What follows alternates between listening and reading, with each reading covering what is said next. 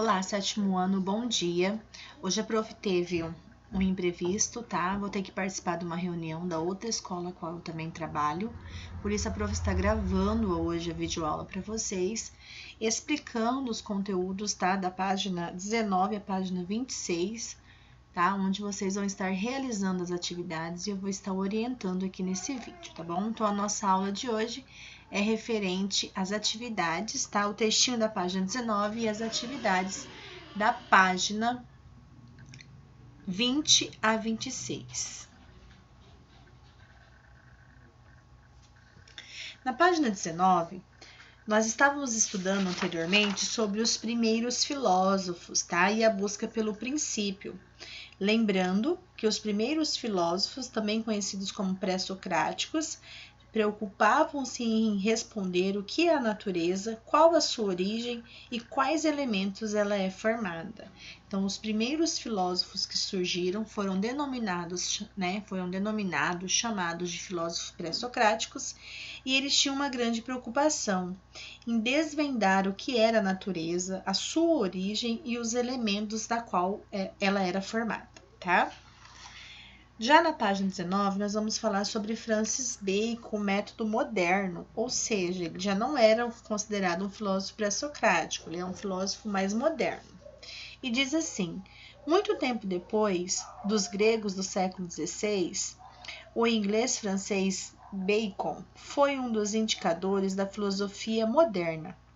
Ele criou um novo método para conhecer a natureza, o chamado método experimental indutivo. Vamos analisar agora como esse método funciona. Primeiro, devemos deixar de lado todos os nossos preconceitos e pré-ideias e nos colocarmos diante da natureza, como se fôssemos uma criança. Em seguida, devemos observar os fenômenos naturais, repetidas vezes, conforme observamos o mesmo fenômeno várias vezes. Começamos a notar semelhanças e padrões. Com isso, passamos a ter certeza de que aquilo que observamos sempre acontecerá daquela forma. Por exemplo, observamos várias vezes que, ao aquecermos a água até 100 graus, ela começa a evaporar. Esse tipo de conhecimento permite fazer previsões, pois uma vez já realizadas, as experiências podem saber que a água vai evaporar a 100 graus antes mesmo disso acontecer.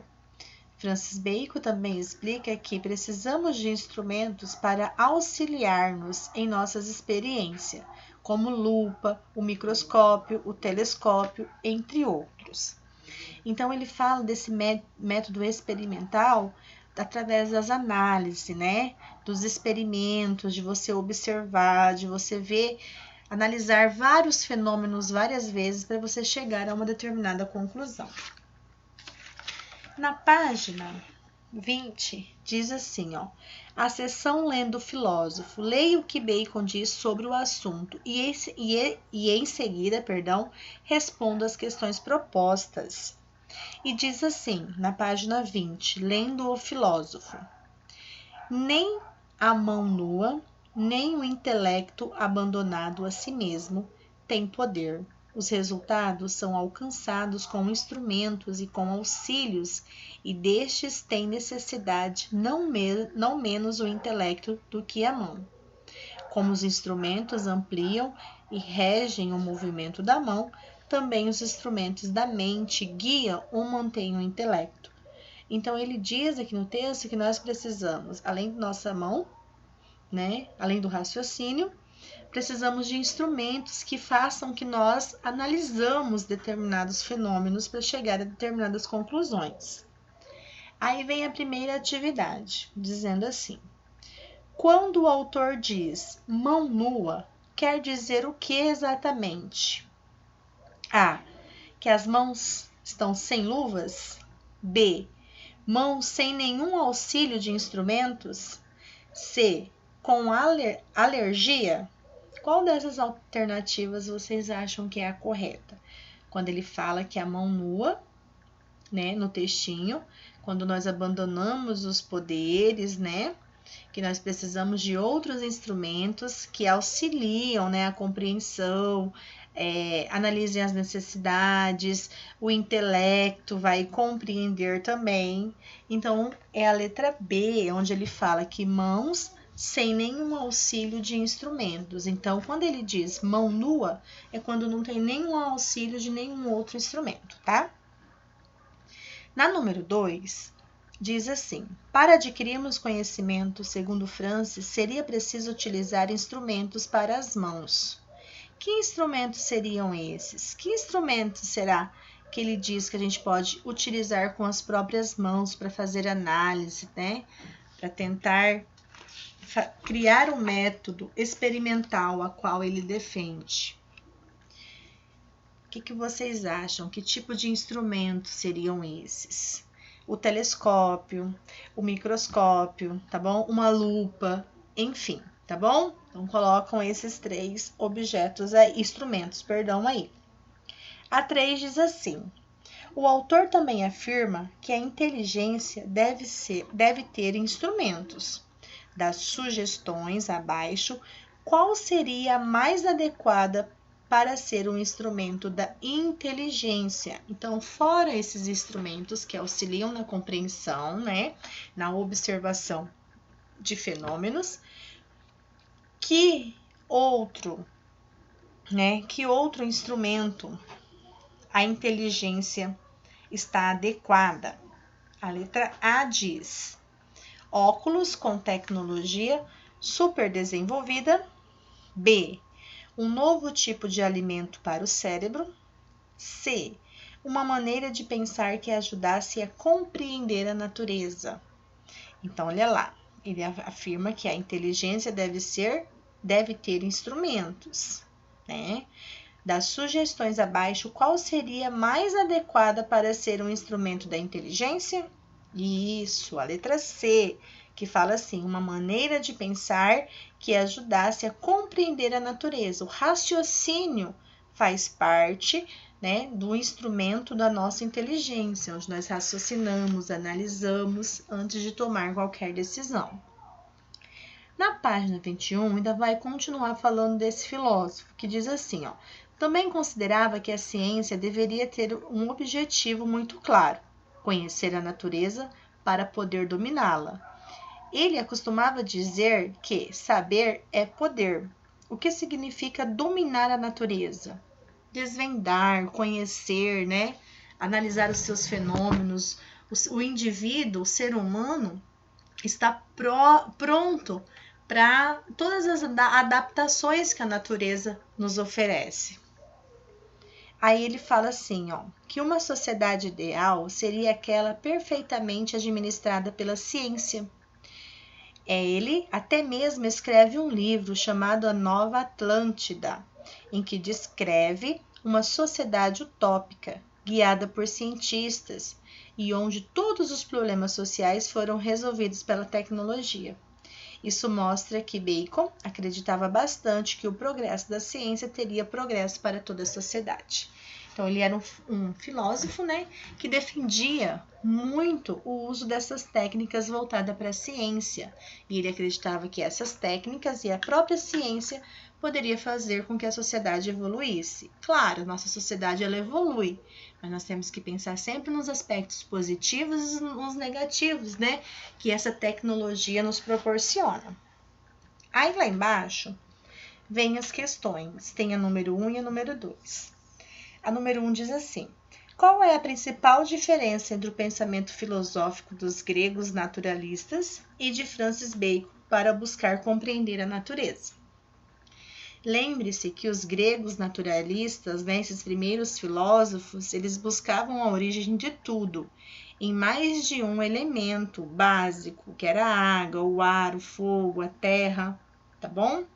E já Francis Bacon, ele propôs que os fenômenos naturais fossem observados repetidamente, com a utilização de ferramentas, né, instrumentos, que auxiliassem essa observação para identificar padrões e conhecer melhor a natureza, ok? Então, é isso que vocês vão colocar, que os gregos, eles buscavam, então, a origem de tudo em um ou mais elementos. Esses elementos estão na página 18, tá? Todos os elementos, a qual eles buscavam tentar compreender a natureza por meio deles, os gregos. Já o filósofo Francis Bacon, ele acreditava, né, que as pessoas tinham que observar os fenômenos naturais repetidamente com a utilização de grandes ferramentas, de instrumentos, que assim pudessem, então,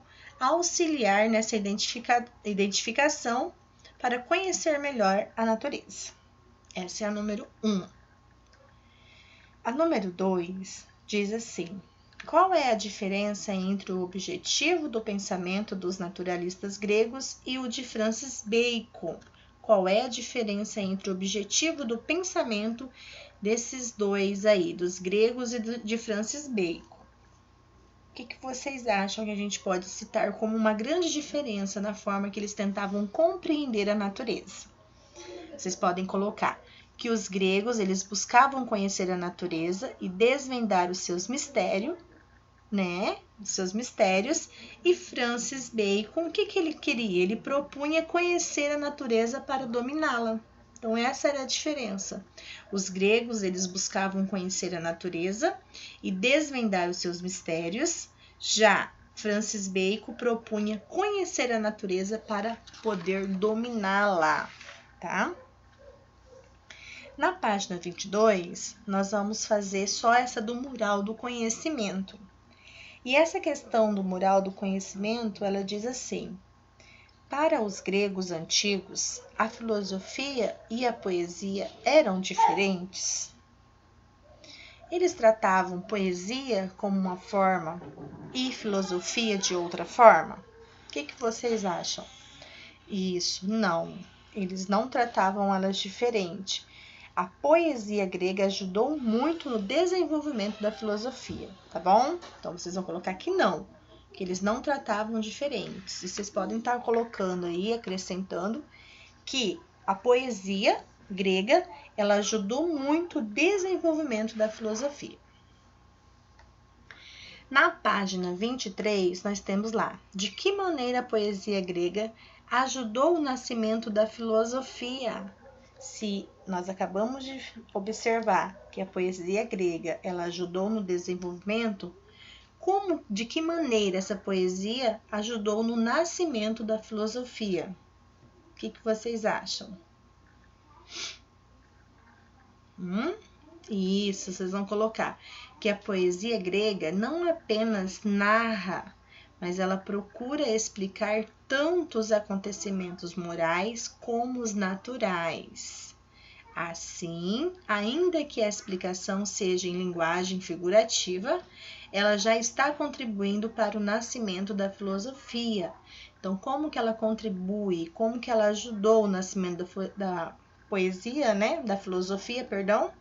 Através da poesia grega, que não apenas narrava, né? Mas ela procurava explicar os acontecimentos morais como os naturais, tá?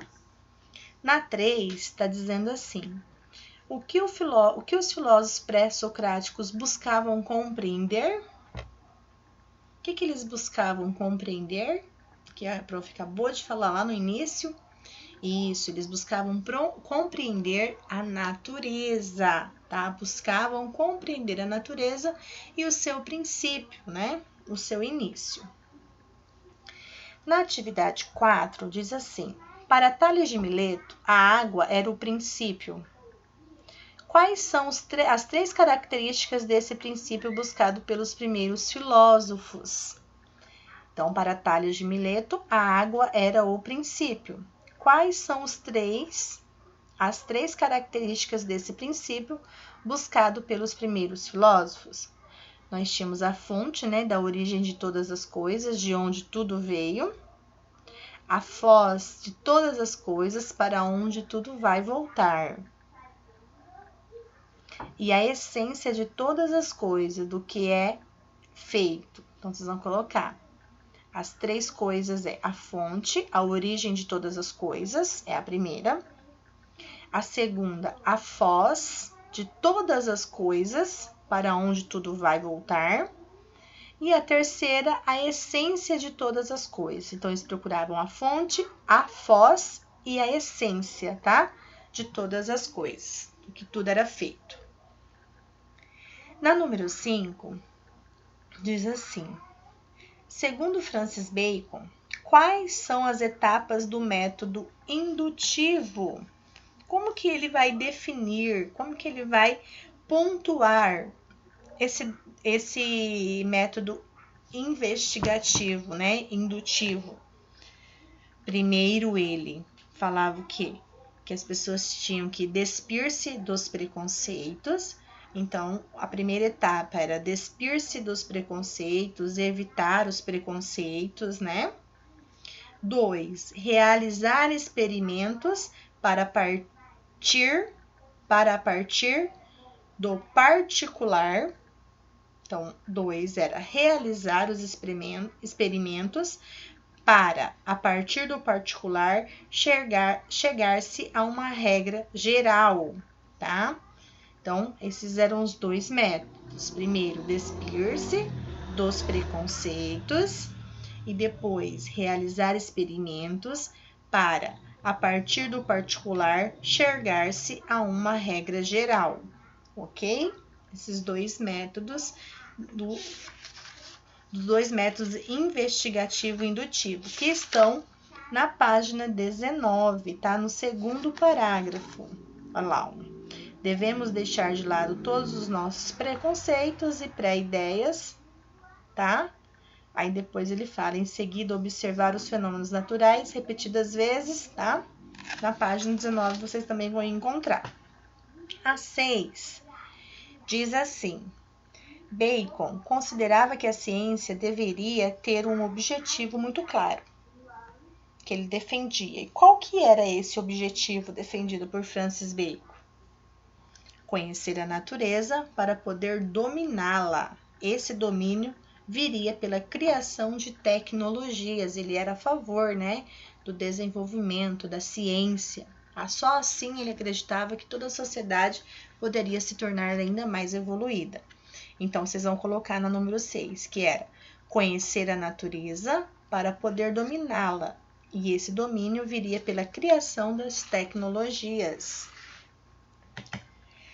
Na página 24, nós temos a questão número 7, que diz assim: como seria a sociedade ideal segundo Bacon?